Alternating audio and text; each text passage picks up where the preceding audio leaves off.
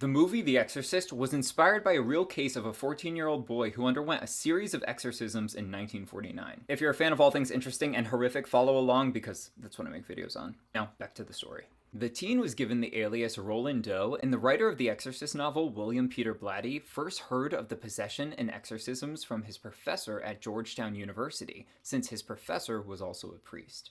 Things all started when Roland and his family started to hear knocking and scratching within his bedroom walls.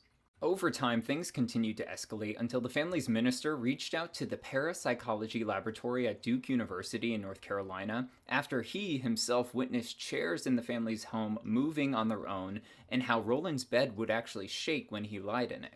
The priest also reported how there was a photo of Jesus hanging on the wall, and whenever Roland would be near it, it began to shake. As things intensified, the family requested the help of a Jesuit named William Bowdern, who conducted over 20 exorcisms on Roland over the course of 3 months.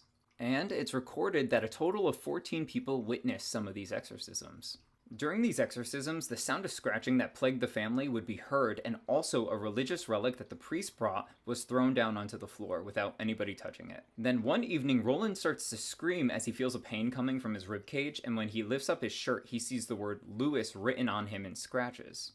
After this, the word Saturday then appeared on his hip through another series of scratches, before the final message, which was on his chest, appeared, which read 3.5 weeks. And while these scratches continued to surface on Roland, it was noted that both of his hands were on his side, and he was not doing this to himself.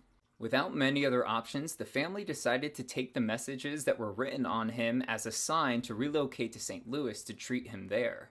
On March 21st, 1949, Roland was admitted to Alexian Brothers Hospital. For weeks, the priest continued to perform exorcisms on Roland, and each time the same thing would happen. He would go into a violent rage, screaming and cursing at them before he began to recite these elaborate Latin phrases. Until one night, after weeks of torment, almost at the 3.5 week mark, priest performed the final exorcism on Roland. Then, the next day on August 20th, 1949, the Washington Post published an article titled, "He has been freed by a Catholic priest of possession by the devil." Throughout the rest of Roland's life, his true identity remained a secret until his passing in 2021 at the age of 85. His real name was Ronald Edwin Hunker, and he went on to live a great life. In fact, he was actually a NASA engineer. And the work that he did led to the 1960s Apollo space mission, which is pretty cool. Although what's odd is shortly before Ronald's death, an unannounced priest arrived at his home to read him his last rites, but nobody had called him. Ronald's companion would tell the media that she has no idea how the priest knew to come, but he got Ron to heaven.